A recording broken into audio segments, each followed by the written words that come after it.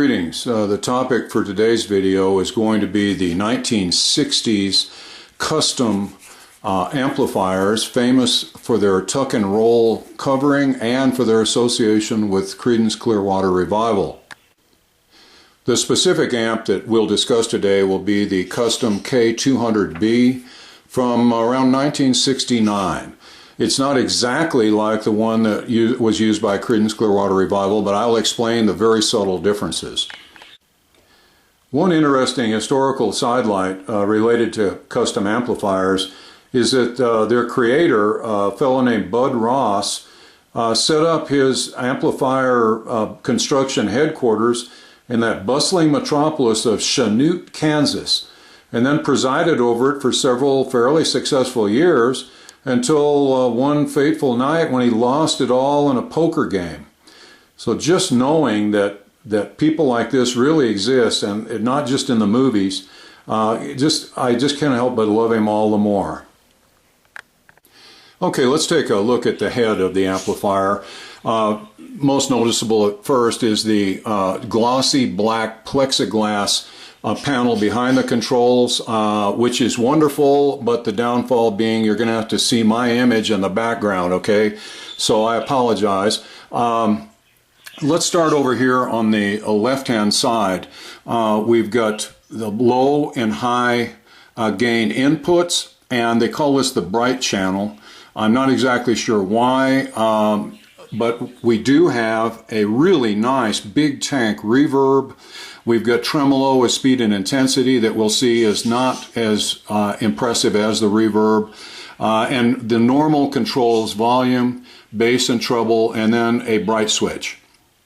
Okay, in other words, if we plug in here, these will be our controls, and there is a foot switch to turn on the reverb and the tremolo. In the middle it says Kustom 200, and this is, as we'll see later, a purple pilot light. Now, the earlier one, the K200A that was used by Creedence Clearwater Revival, did not say 200. That would be gone. Pilot light was red, and down here it said by Ross. Other than that, I don't think there are any differences. Let's look at the right-hand side. If we plug into the normal channel, we have high and low gain inputs. And we have the same controls we saw on the left, bass, treble, bright, and volume. But then we have two more effects. We've got selective boost and boost volume. This is like an overdrive. You can boost all frequencies, or you can select certain frequencies to boost. And this is called the Harmonic Clipper. It's really more like a Fuzztone, as we'll see. I'm going to demonstrate all of these effects. And here's a foot switch to turn these on. Now, I tell you honestly, these are not that usable and not that great. On the left side, however, the reverb is wonderful, the tremolo is a little weak, but overall, this is the useful side of the amplifier. One other thing, if you've got one of these, the pilot light is a 28 volt bulb. People put in 6 volts, 12 volts, all the wrong bulbs. It's supposed to be 28. If you can't get the 28, you probably need to put a little resistor or something in series to bring it down. Otherwise, you will either burn out the bulb quickly or burn out the resistor that is already protecting the 28 volt bulb. Okay, now let's take a look at the cabinet. This is called the Blue Sparkle. No surprise there. It's got a real shiny outer layer. I've seen this type of material on, like in booths. You'll see at diners and things like that. The head just sits on little chrome feet on top of the speaker cabinet. We've got these good size handles on the side, which believe me you'll need to haul this beast around. There are some casters on the bottom. I'm not sure if they're original, but the thing that's special about this one is the speaker complement. At the bottom we have two gigantic 15-inch Jensen speakers, and then this one was specially ordered with the 15-inch Jensen kind of treble projector horn. So instead of really just being a bass cabinet, this one can portray all frequencies. There's a crossover network. So this is really, to me, the ideal cabinet. I just lucked into it. but it's the one I would have picked of all the cabinets. There are other cabinets that only have 2 speakers. This is the deluxe, I guess probably the best they made with the 315s. These are ports for the bass response.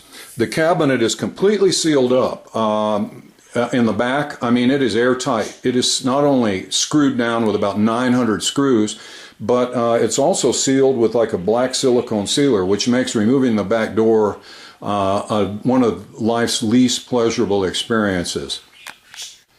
One other observation is that we usually think, and this is a solid state amp, there are no tubes in this, but we normally think of solid state amps as being very quiet and very clean, and this one isn't, okay? These are noted for all sorts of weird background noises like frying eggs and sizzling, and there's bizarre noises they make. Also, anytime you turn one of these knobs, sometimes you get a really loud pop out of the speakers. That drove me crazy when I first got it. I spent hours and hours trying to silence all this. Well, to no avail. It turns out it's just built into them. It's the way they are, and it's part of the kind of strange characteristics of this particular amp. But after a while, you'll find that the benefits greatly outweigh the detriments, and you'll come to love them. I should also add that in 1971, and for the few remaining years that Kustom remained in business before Bud lost it in the poker game, they went to a metal face here, and they changed from a Kustom 200, and this would be their 150 or a 250. So that should help you date these. The ones you're looking for will either say by Ross at the bottom or say Kustom 200, and they should either have the red or purple indicator light. All in all, it stands, I'm going to say, around 5 feet 10 inches tall, just a hair under 6 feet. So let's take this head out into the workshop, open it up, and take a look at what makes this beast tick.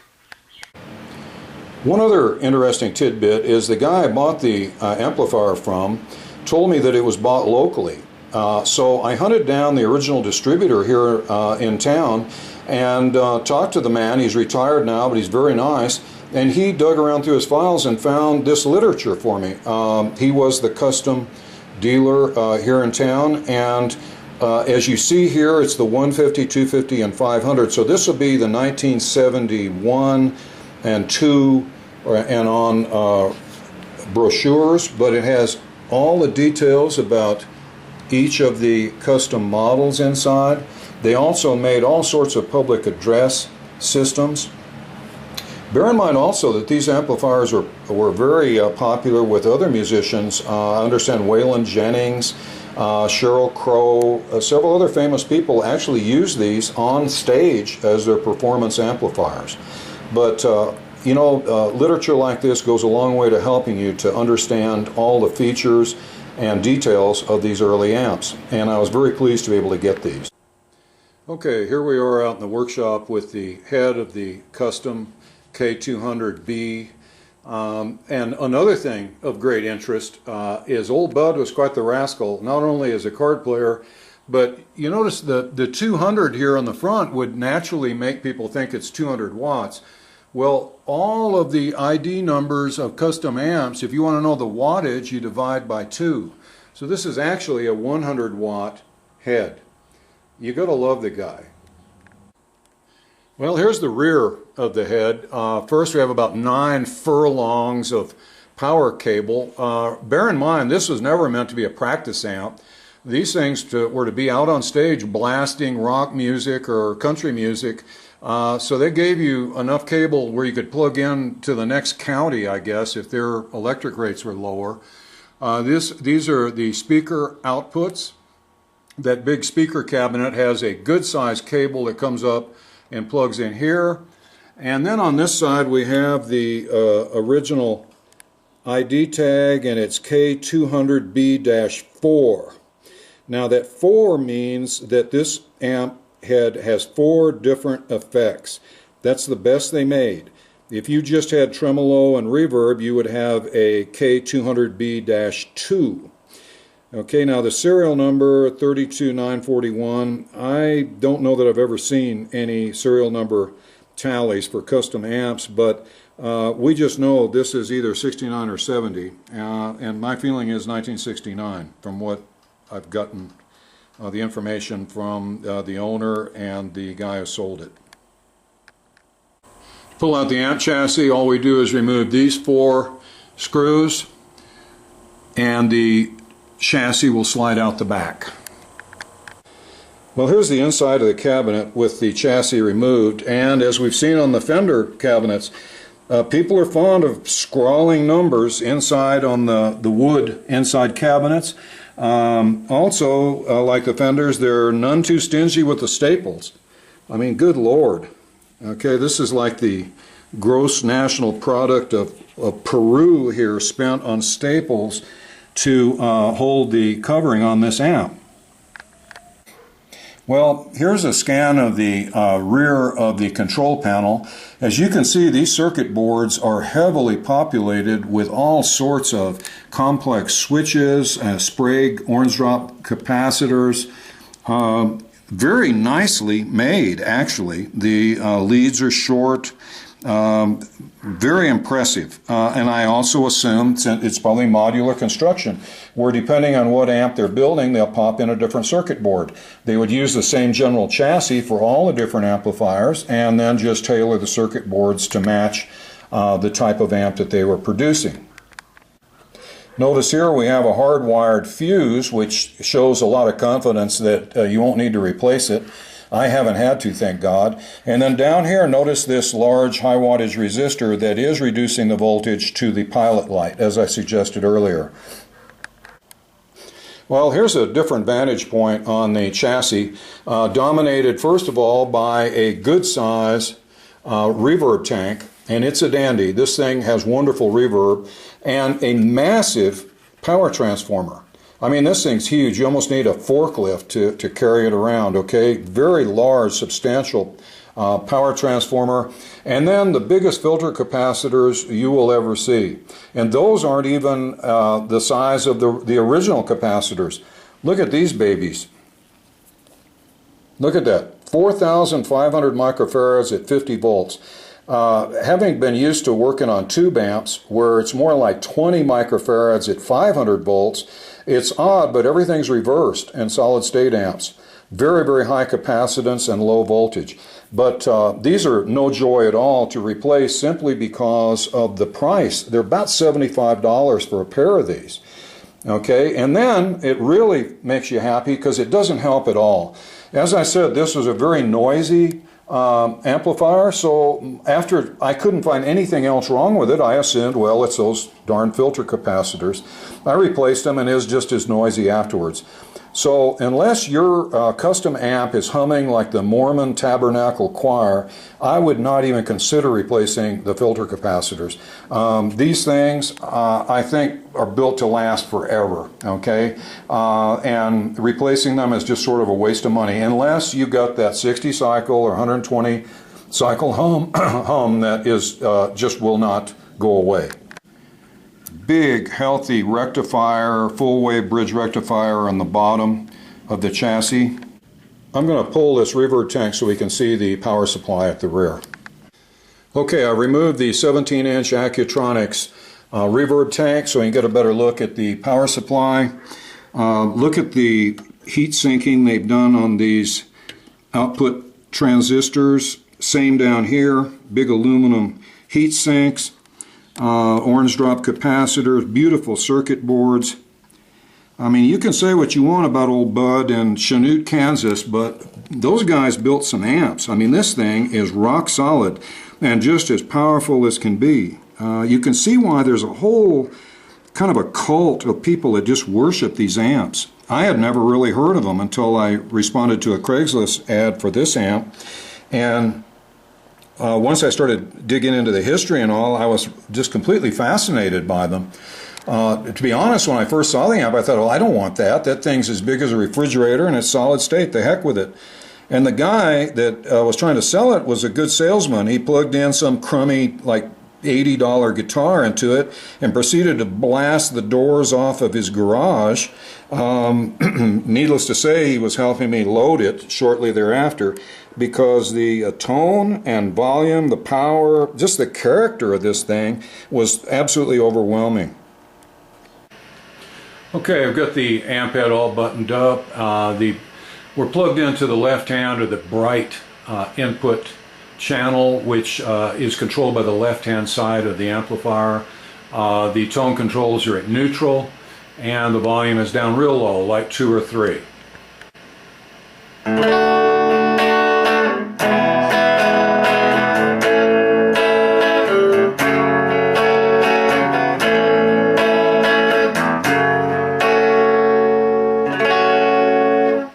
Good clean sound. Now I'll try the reverb at a middle position.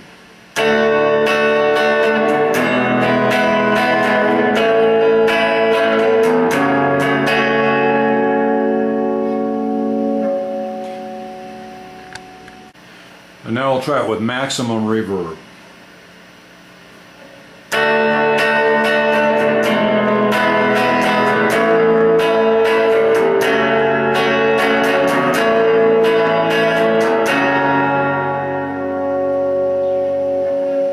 Really nice reverb effect.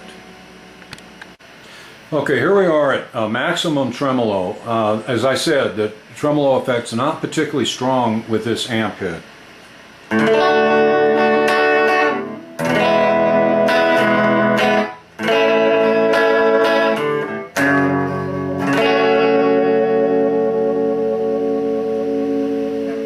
It's there, but it's not really overpowering. Here we are with both the reverb and the tremolo on at fairly high settings.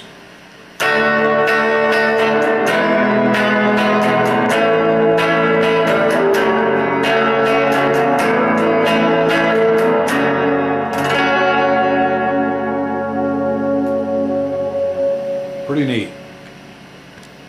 Okay, now I'm plugged into the right-hand side of the amp, which is called the normal side. The tone controls are in a neutral position, and the volume's at about 3.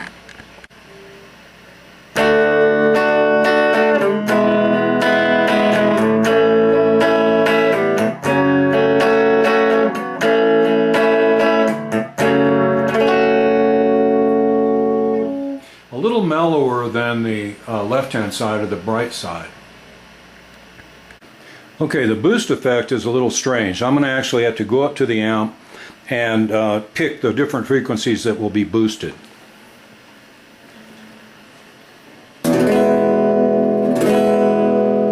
That's 1.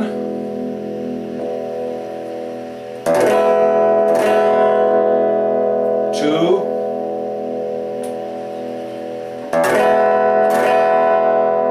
3.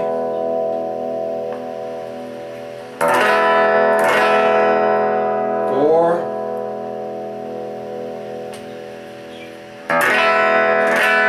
And 5.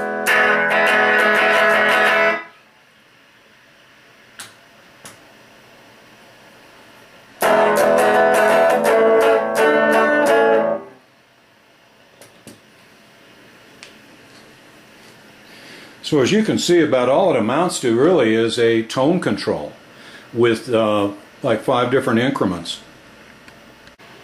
Okay, the Harmonic Clipper is really more like a Fuzztone. See what you think.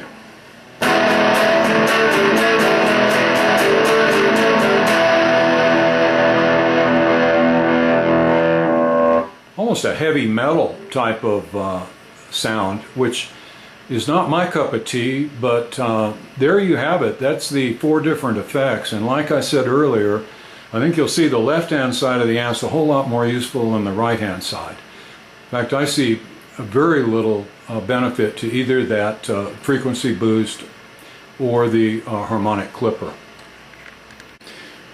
Also, let's try the bright switch. It's off now.